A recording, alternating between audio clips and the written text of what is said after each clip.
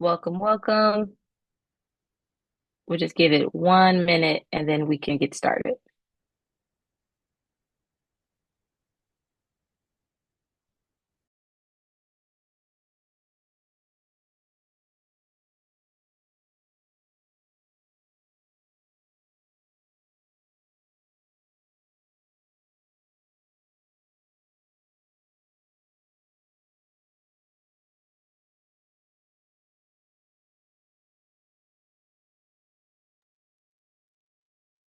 Okay, I think it's a good time to start. Zach, Josie, are you ready to get started? All right. Hello, everyone. My name is Mariah Brown. I am the Strategic Partnerships Manager here at Action Network. I am welcomed by some amazing panelists talking about some cool things today. We have Zack, Chief of Staff at Quiller, as well as Josie, who runs policy and comms at Center for Common Ground. Today, we'll be talking about Quiller's integration with Action Network and a unique case study that Center for Common Ground has participated in. But just to give a brief overview of Action Network and who we are, we're a progressive tool set built for and by progressives, including powering your emails, petitions, and digital actions overall. We welcome work like this with Quiller because the space desperately needs tools, and we know that we can't fulfill all those needs. Quiller has a unique AI writing tool that could be really beneficial to your program. So without further ado, I will pass it over to Zach.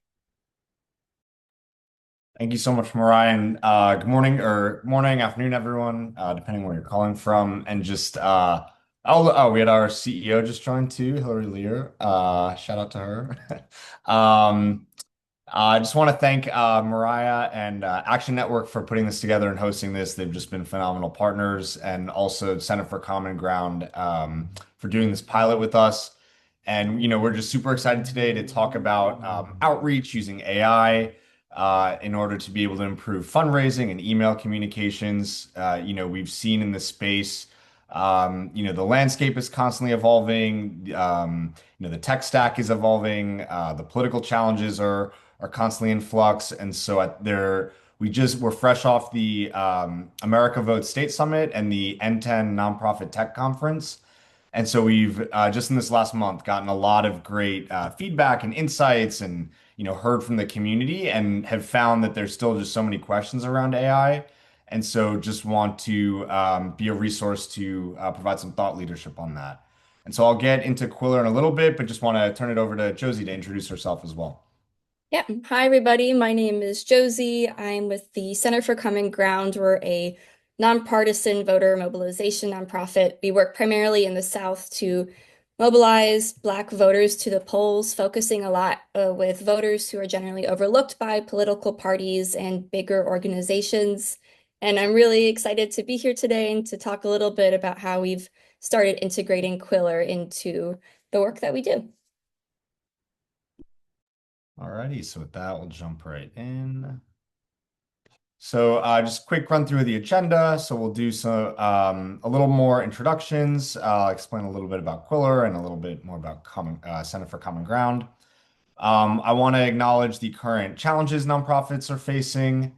Start with some of the key takeaways up front so that if you get nothing else out of this presentation, you kind of know what those are. Jump into some the challenges with email outreach, how Gen AI fits into the solution, some core strategies for email, making sure that with AI that there's still human involvement, how we can leverage data to improve results, some quick wins that you can get, and then the outputs of the case study that we did with Center for Common Ground. And throughout the presentation, it'll kind of be a back and forth between me and Josie, just kind of like asking for her insight, expertise, and experience just on each of these topics. And then we'll wrap up with a Q&A. And feel free at any point to drop questions in the chat. And I know we have a couple people monitoring that to flag that as we delve into these topics. So just very briefly about our work. So Quiller is a generative AI tool for mission-driven organizations to help with everything from any type of content generation for text-based content. So think email, press releases, op-eds, SMS, you name it, we got it. And we were founded in 2023 as a first to market tool, trying to bring Gen AI to the mission and social impact space. In the last year and a half, coming up on 2 years, we've supported over 100 nonprofits and campaigns, and actually just launched, with all those lessons that we got, just this week launched the version 2 of our platform, which Josie's gotten a chance to use, which is we're super excited. Um, and overall, we're still, I think, again, kind of coming off the nonprofit tech conference. I think just in the last year, a lot of the initial skepticism around AI has evolved into curiosity and experimentation, where now most organizations have some familiarity or use with it. And so now the conversations overall are evolving around, how do we do this responsibly? Is this the right tool for me? How do I make sure this aligns with our values and our mission? And so we're huge advocates of that. It's what inspires us and what it's really the foundation of our platform. And so we're really excited to work with people like Center for Common Ground to support their mission and provide them a tool that can be of value. I'll turn it back over to Josie. Yeah, so I can talk a little bit more about what we do. So we are Again, we're a national voting rights organization, but we work primarily in the South. Our key states are Virginia, Georgia, South Carolina, North Carolina, Florida, Alabama, and Texas. Um, in those states, we have organizers that are on the ground working in their communities to mobilize people around elections, but also kind of just showing up and taking care of any needs they may have. From the national team, what we do is we provide the digital tools, the messaging, and the data needed to do outreach. So data to canvas, postcard, make phone calls, send text messages.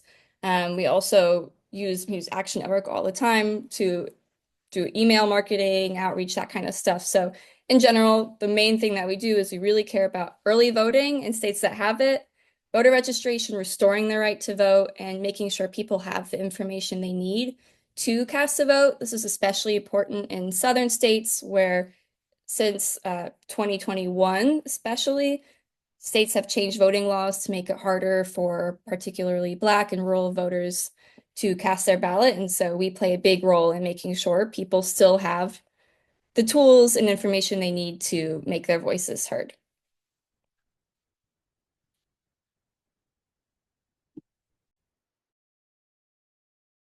I am on mute. You'd think we'd have figured that out by 2025. Um, and so, just to segue off of that, none of this should be new to you. As I assume most of the people in this webinar or that are attending here are nonprofits.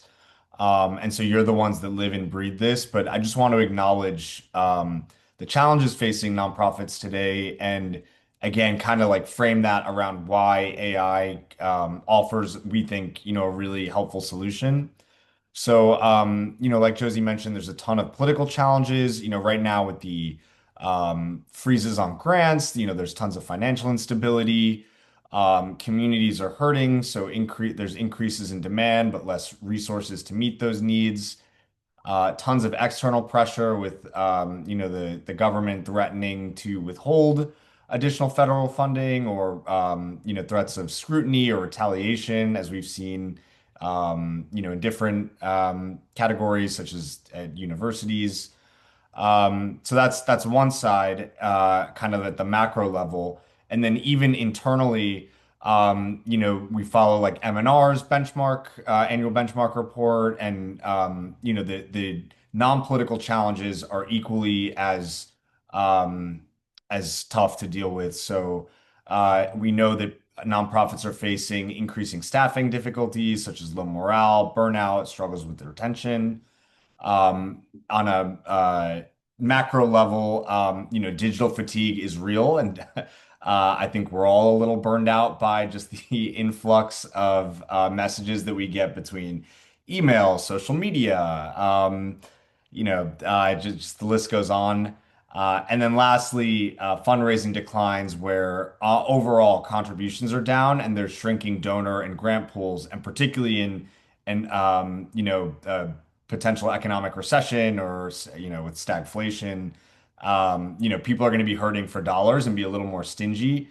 And so it's the competition is real, and nonprofits are going to be fighting for all those extra dollars to help support their communities. And so we think that any little thing that can kind of move the needle and help, and we think AI is a part of that solution, is just gonna provide a little bit more support. So three main takeaways I want, again, if you get nothing else out of this presentation, is that there's a lot of promise with AI for outreach. So if you haven't hit the I believe button on AI, hopefully we're gonna get you there. But first, just understanding that AI is a tool for scale, speed, and impact. So just with content generation, it just really is a game changer. We found that on average, it saves users like 90 minutes per draft, and so just lets you really amplify your messaging.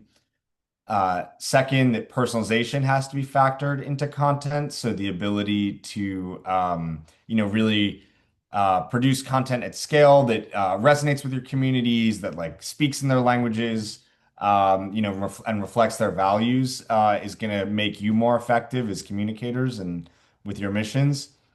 And third is that AI innovation and experimentation now are really essential for building resilience in the long term. So these tools are not going away. They're only, excuse me, going to become more integrated in our daily lives. And, we could see it existing in CRMs or other platforms. And so it's really now, again, it's only been around or commercially available for, 2 years or so.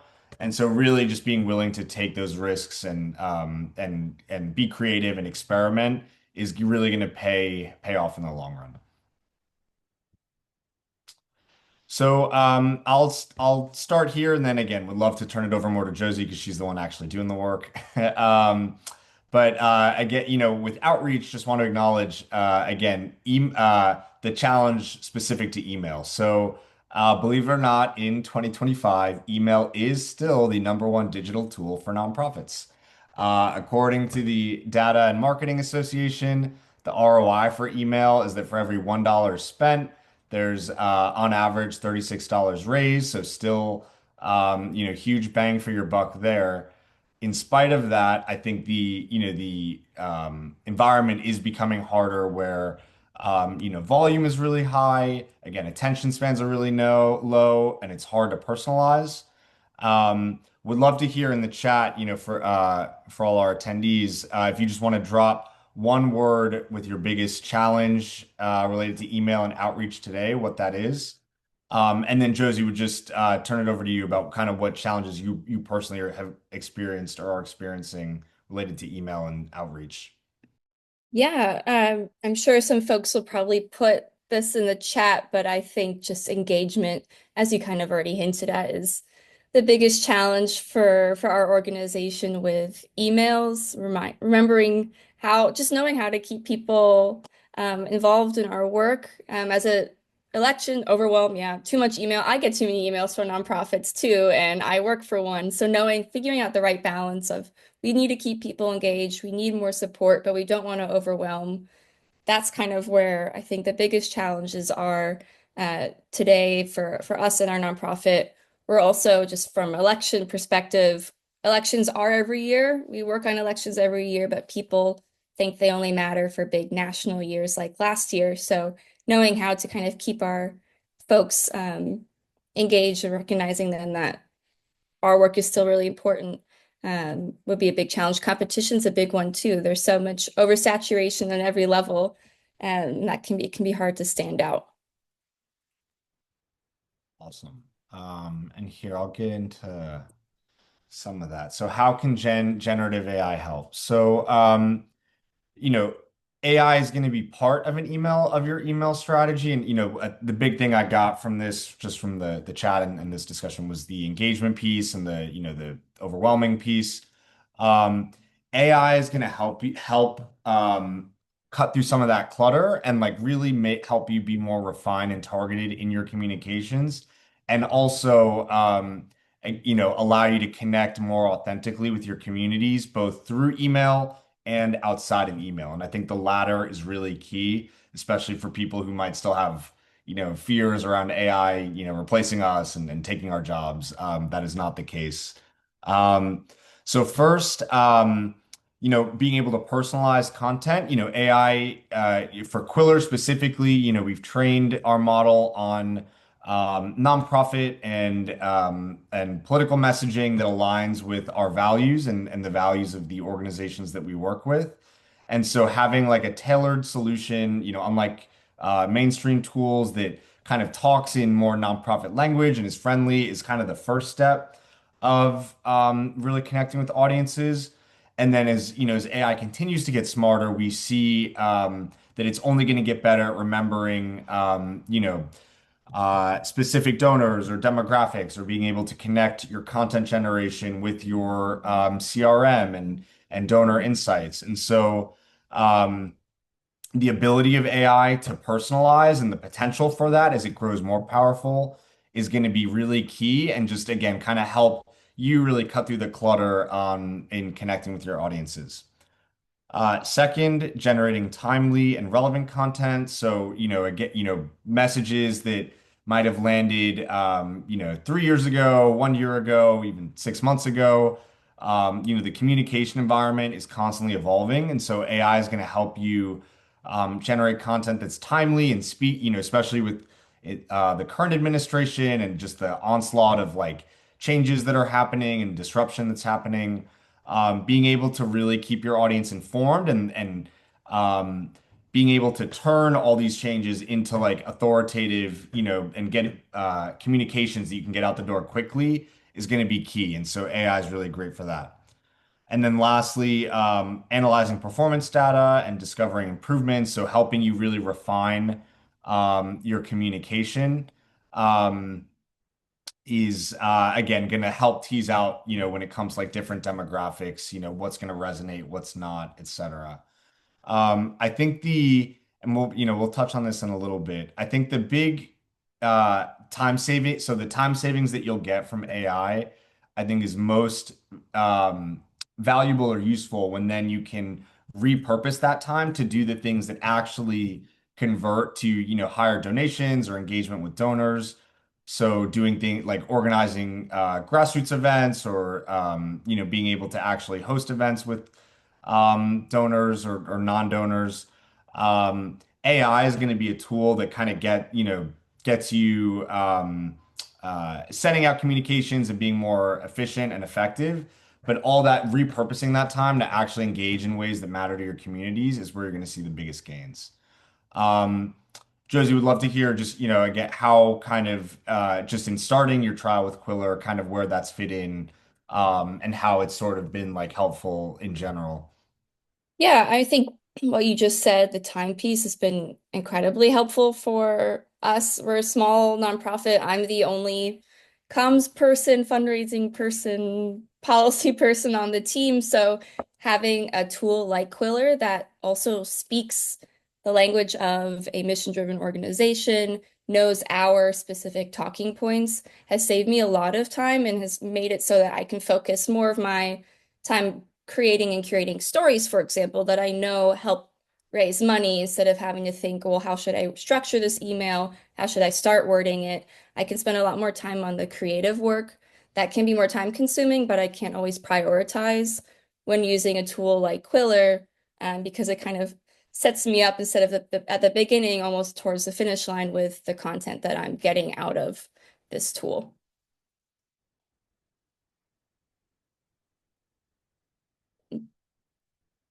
Zach, you're mute again. I'll figure this out eventually. Thank you. Just really quickly, and if people just want to drop a yes or no in the chat for the interactive prompt, have you tried using AI? Again, I know there's like a range of experiences. I think at this point, most people have like at least tried ChatGPT once or twice, but would just love to kind of get a sense from the group. So feel free to drop that in, and then we'll come back to it later on. Next, so three pillars of AI-powered email strategy. So again, First, starting with that scaled content personalization.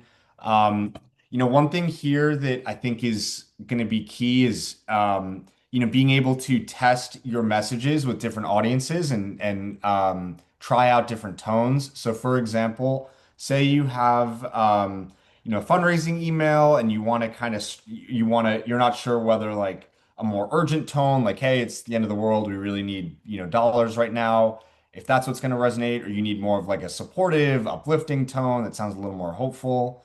What AI can do is write both of the, using the same set of facts or circumstances, write both of those messages, and then you're able to run this really effective A/B test to see, within your audiences, which one resonates more. And again, that's just like a really quick win on being able to refine your messaging. Um, on top of also like, putting it in the language that's going to speak to your different communities and demographics. So, if you're targeting rural donors versus more urban donors, again, you can use AI or, different age demographics. Like you can use AI to kind of speak to those different segments and just really improve your messaging and make it sound less generic and more personal to the recipient. Second is authenticity and tone matching. I know Josie kind of touched on this with, how with training Quiller on the Center for Common Ground's voice.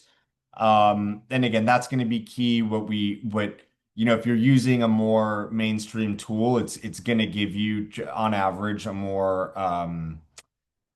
generic output just because it's not familiar with your voice and your organization.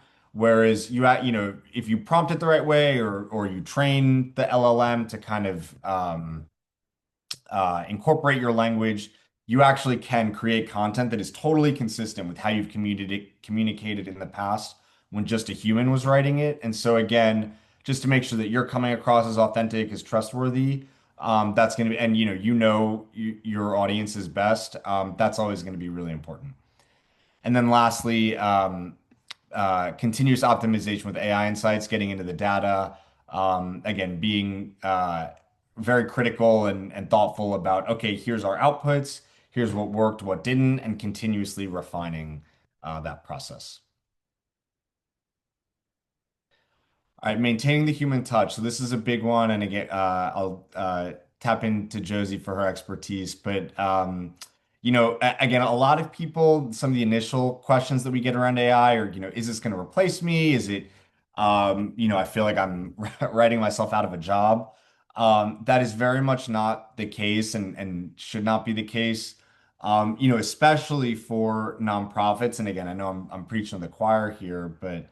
Um, as on average, nonprofits are understaffed, under-resourced, like are just have a million hair fire things to do. And so, this is a tool that's gonna help you, get content out the door, draft things more quickly, and then get to, the thousand other things that you have to do that are more important than, sitting in front of a computer and writing an email for an hour. Um, so that's really, really the key takeaway here. Um, that said, AI is gonna, we always say that AI is great at giving you a first draft. It should not, but it is not like a be all end all or gonna give you a perfect finished product. And so we recommend having a human in the loop approach where there's always a person at the end reviewing and editing content. Again, letting your organization's voice and values really shape the tone. And that's, in Hillary's language, there's like every organization has its special sauce. And so only a person is going to do that. Like an AI isn't going to get that right. And then lastly, again, like from your lived experiences or those of the communities you serve, empowering staff to add personal stories or sign-offs or local touches or things that again, like really make it feel human because AI is going to extract more of like the macro picture, but it's not going to have those like localized stories and those local touches that you have. So really leaning into those, I think, is going to be more effective. And yeah, Josie, would love to hear kind of how you guys have thought about using AIs and to augment your work as opposed to like replacing it. I hope I don't sound too repetitive. I think for me, it's almost kind of like having an intern or somebody that's able to kind of draft things up for me and get things going. Something specifically to Quiller that I really like is that maybe you'll be getting into this, but it knows all of our campaigns, and we were able to, I think, feed it different talking points for each campaign. So I can kind of really just say, all right, we need to fundraise for our folks on the ground called our Democracy Center campaign. Let me get an email going that already kind of knows the talking points for general talking points for what I need to say. And then whatever I get from it, I can really spend a lot more time adding in stories from specific leaders. Or spending time actually talking with those leaders and planning with them about different work that they want to do on the ground. So I really just think I don't have much new to contribute, but it's a really great tool to save some time and also learn more about how I can maybe reword things. I don't always have the best ideas myself, and AI kind of helps me come up with new ones and new ways to share our stories and our mission. Totally. And that's, and that was kind of one a new feature that we actually just built out in 2.0 was we found that people really wanted more of like that co-pilot or thought partner and thinking of it as an intern who is like perfect and like like an intern comes with the best intentions and is gonna like work hard but doesn't always get things right on the first time. And so just really using it as like a first draft or like a starter, and then you're gonna be the one to carry the football over the finish line. Um, or into the end zone rather. Um, I do want to touch on this prompt. So would love to pull from the group, what makes an email feel authentic to you? Again, I think like everyone is going to have slightly like different special sauce, but I do think this is like kind of a good place to tease out group insights. And again, we've all been on the receiving end of like emails that feel spammy or mass produced versus like something that's like, oh wow, that was actually really powerful and made me want to click and learn more. So would love to kind of hear either from the perspective of something you've received or like an email that you've actually produced that you felt proud of. What's something that's made that really resonate and feel authentic to you? Just give it a minute in the chat.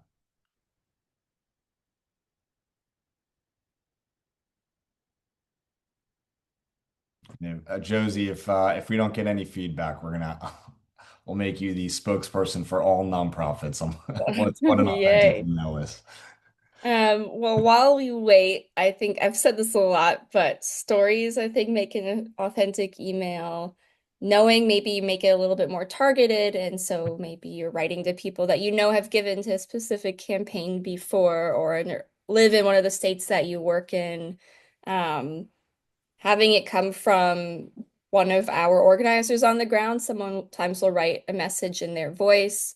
Relatability, yeah, knowing the things that people on your list also value or care about. So for us, we know that our supporters care a lot about voting rights and are keeping track on elections, but they might not know everything that is actually happening on the ground, but they want to. And so a lot of our work is related to speaking to that. Thank you, Jenny. I appreciate it. And yeah, relatability was the one thing I saw in the chat.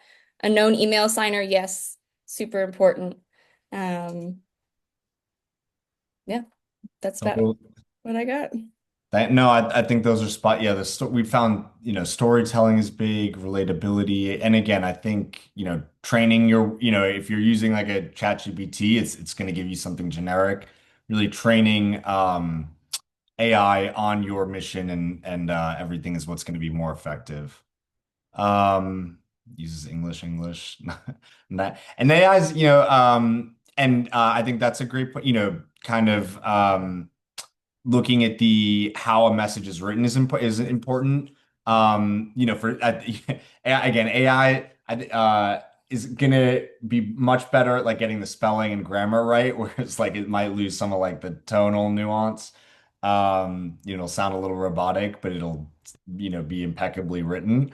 Um, and sometimes, and I think that works for a lot of communities. For others, sometimes people do really want, again, that like local feel, where if you're working in communities where, you're dealing with like education or other issues. Like people might want someone, like to hear voices that like really speak and sound like them. And so again, I think that's an important consideration too. AI is also great at translating. And so, you can use it to send your messages to different communities from different who speak different languages. So just tons of flexibility and opportunity there. All right, how to optimize with data-driven feedback. So I think this is like kind of next level AI moves, but again, I think is like for the organizations that get it right is going to be super powerful. Um, so the first is A/B testing. This is just like the most tried and true, the scientific method, data science practice that I think we can bring to organizations. And until a lot of times people were just like especially because we're so understaffed and under-resourced. We're just kind of like throwing stuff at the wall and trying to survive and just hoping it works. Again, I think with the time savings with AI, what that can really help you do is like be more methodical in testing. Hey, is this the right message? Am I sharing this the right way? Is this the right communication channel, etc. And so, again, what by having this tool that can help you, create content that you can just quickly you can repurpose it between email and social or a blog post and email, etc. You can play with the tone. You can like choose to convey different talking points, etc. And I think like that level of refinement to see like, okay, this is what people are engaging with, or this one performed better, then lets you really up your game in terms of making sure that your messages are going to resonate and that you're being as effective as possible. And that will evolve over time, but um again, just the ability to like be making data-driven decisions as opposed to like, yeah, we think this is what people want to hear. This is what's always worked, which isn't necessarily the case. Next, using AI to analyze open and click rates. This is more on the back end, so kind of outside the scope of what Quiller does as a content generation tool. But when you're integrated with something like Action Network, or you have tools that can help you kind of see, manage your CRM or looking at, what's going on. Um, Again, I think that's going to be really powerful. Again, kind of like with running those tests and just really being methodical about what's working and what isn't. And then lastly is using timing data to improve sending windows. There is a methodology and a human psychology to this where, people on average are more likely to open an email on Tuesday, um, Tuesday morning in particular. I'm sure there's like certain period, we know with like Giving Tuesday or December giving, like that there's time periods where people are more charitable or where charitable donations go up. And so again, I think AI can kind of really be helpful in like teasing out a lot of that data. Um, Josie, I know again, we're kind of like fairly new into our Quiller pilot, but have you been able to run any sort of like mini tests about, trying different methods or messages with Quiller or, running sort of small scale experiments like this? I've, yeah, so we're pretty new to the partnership, but one thing I've definitely tested out is just like subject lines with that Quiller offers. And that's been interesting to see. I do think that the ones from Quiller have actually increased the open rate a little bit. Messaging wise, I just sent out an email like before this call, so I'm kind of waiting to see how it does. But our open rates, I will say, one of the fundraising emails I sent has definitely been higher than in the past. So that's been good, but more to come. Ooh, and we did not pay her to say that. It's true. Uh, cool. All right, so some quick wins are getting started with AI. Again, I know for some people, it can, and rightly so, right? Like it can feel overwhelming or, there's a lot of uncertainty about where to start. Um, I think there's just some like really basic first steps that people can take to even just like get more familiar and then, get into some of these more advanced strategies later on. So for one is just kind of like Josie mentioned, just starting with subject lines. I think, before you're even getting into content. I think, and that's obviously going to be the first thing that a person sees or reads when they open your message, or when they get your message in their inbox. So, really great way to kind of just experiment with different options. Second is testing tone variation. I know I've mentioned that a couple times, but framing an issue in multiple ways or with different tones to kind of see which one resonates more. Um, Third, summarizing long reports. So this we're really excited about this, the ability of AI to synthesize and extract data. We just launched a smart import feature where you can paste the link of your organization, and Quiller will extract your key talking points.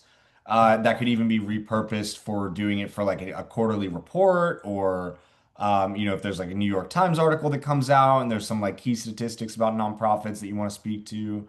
Um, AI is going to be great for that, and then being able to repurpose that into your content. So, summarizing, repurposing old content. So again, if you know that you have really high performing emails that you want to like revamp, or you want to turn into a social media post or a blog post, and just again, will kind of like help you fire across all streams, like which is, despite the digital overload, is just, I think, a reality of competing in the attention economy.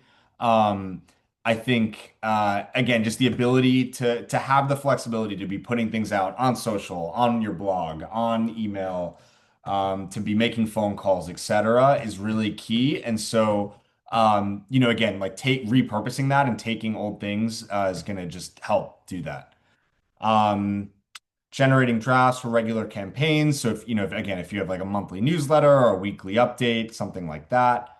And then analyzing past performance. So kind of like we mentioned on the integration side with, an action network, just being able to look at what's been successful, what's not, and have like a data-driven approach to that.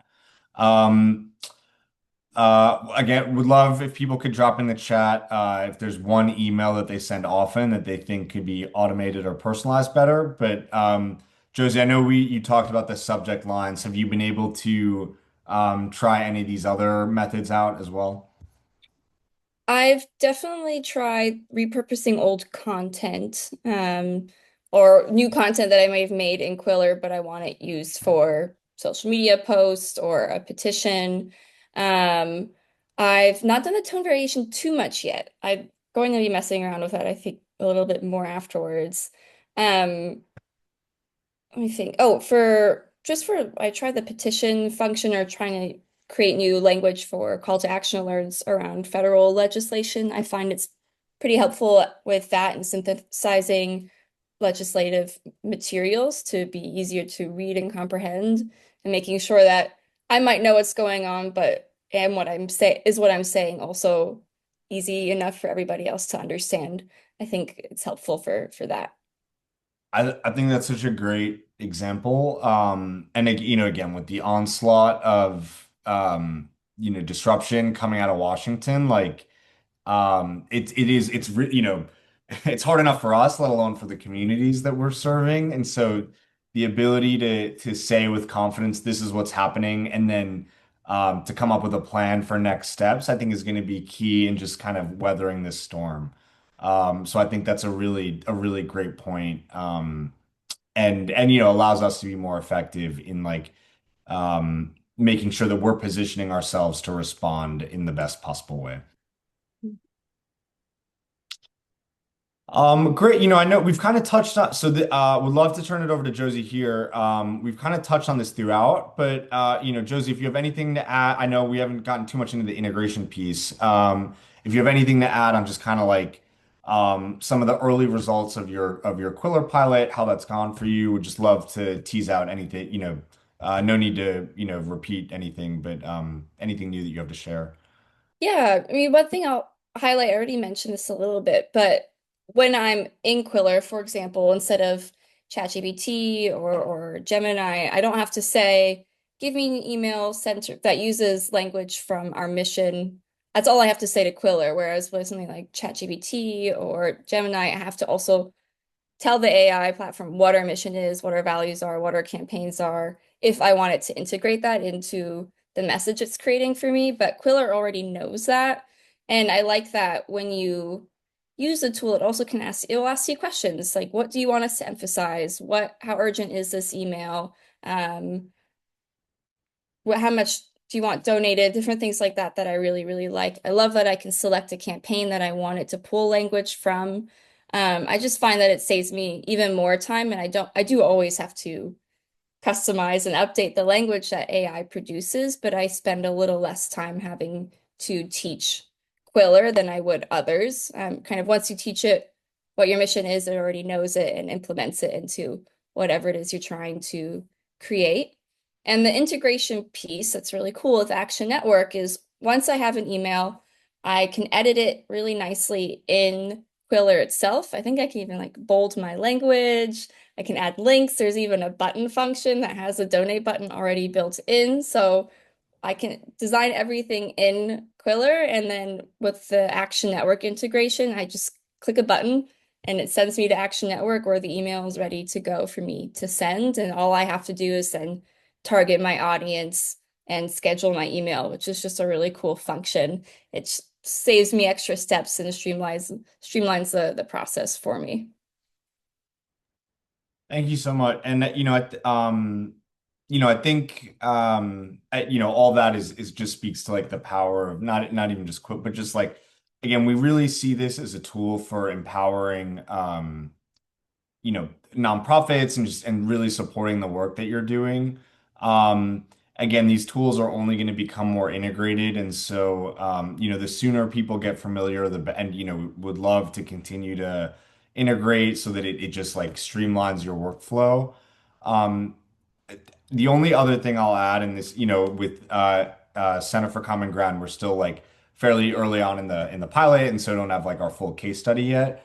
Um, One thing that, again, kind of going back to like the time savings piece, we were able to get a couple case studies out of some elections that we supported or candidates that we supported for the 2024 election. And so what we found was that with those 90 minutes that users were getting back from drafting, content, each individual piece of content, the way that that translated, like for one down ballot candidate was an ROI of, originally they were raising $8.22 and brought it up to like their fundraising average to like $56 and some odd cents. We found that some of our users were able to increase volunteer recruitment by upwards of 5% or 4 or 5%. And part of that is going to be the email portion, right? Like just again, the personalization, the volume that we talked about. But the other part, and I just really want to double down on this because it's kind of like a second order effect of the benefits of AI, is that again, the time that you're now not just writing an emails with your donors, and that's really what's going to translate to increased results. And so it's harder to measure. Like you're not necessarily going to see the direct comparison. And a lot of times people say like, oh, well, I could just write it myself. Like, why do I need AI to do that for me? And it's like, well, you could, but then this is going to give you all those hours back in your day to do all those other really important things that are like where you're really going to feel the effects of driving change and making an impact in your communities. So I think that's really the most important thing, and there isn't a ton of data on that in the just again because these tools have only been around for so long, and that's not necessarily the way everyone's looking at it. So it just highly encourage people to be thinking about AI and the benefits that way, and the opportunity cost. So, that is covers everything we had. I know we have about 10 minutes left. So we'd love to open it up for Q&A. And just again, I'm sure I'll say this again at the end, but thank you to Josi and Center for Common Ground for joining us and for being such great partners. Thank you to Mariah and Action Network for hosting us. You guys have been phenomenal, and we've loved having your integration on Quiller. And so we'd just love to. I know Hillary and I think everyone else has kind of been supporting the chat, but would love to open it up to everyone else for Q&A. And There that is can one question that came to us. Oh, sorry, go on. Did you see the question of who else does Quiller integrate with other CRMs? Oh yeah, so we offer right now we have integrations with Action Network, NGP Van, and Action Kit. And then also I think you can export it to Google Docs as well. We also this week just launched a this is more on the political side, but just launched a an API with Campaign Deputy. And so that's another option too, where if you're a larger organization or kind of wanted the fun like to offer Quiller to your users or have a CRM, you're able to we'll basically build out a custom button for you to like have the content generation live organic in your platform so that it's not as like disruptive to your workflow to have to kind of jump between platforms. Um, so a couple different ways to do that, but and Hillary's putting in the chat too. We do offer a couple integrations. And also feel free to, if you have other questions about Center for Common Ground and their work, would love to highlight them and showcase them. So please. It's legal. Okay. From Ben, how does Quiller navigate different states' legal arenas and involve generative AI? I might tap Hillary in a little bit for this one. But again, I think that kind of comes down to the human in the loop approach, where as you're doing messaging, most of the way we've seen most of our users use it is more around like again fundraising content, engagement content, etc. We were built out of incubated out of Higher Ground Labs and Authentic Agencies, which is or Authentic Campaigns, which is an agency. And so, from the start had political and nonprofit use cases in mind and wanting to be in compliance with all of that. Um, and AI regulation is evolving. We're constantly staying up to date with that. We want to make sure that we're legally compliant, and so that's something that we monitor very closely, and want to make sure that we are mission aligned with the nonprofits that we work with. Hopefully that answers and I know Hillary just offered to give more info on that. I would love if Mariah, I'd love to hear how is Action Network thinking about AI in general, or what does it see as like AI's involvement in the space? That is a great question. We actually see that the space is growing with a lot of AI use cases. We integrate with a few partners that do some kind of AI writing or assistance. And that currently we don't have those features native to our integration, I mean, into our tool set, but which is why we keep it open to integrate with partners because we recognize that there's a huge need for this. And we definitely want to make your tech stack easy and seamless. So yeah, that's pretty much how we're thinking about it. Very cool. Okay. If there aren't any more questions, thank you, Josie. Thank you, Zach. Thank you, Hillary, for monitoring the chat and answering such great answers. This has been such a pleasure. If you all are interested, please reach out to Zach and his team if you have any questions for Quiller. Of course, if you want to support Josie and her work at Center for Common Ground, please do so as well. And I hope you all have a great rest of your day. Thank you. Bye. Thank you all. Thank you.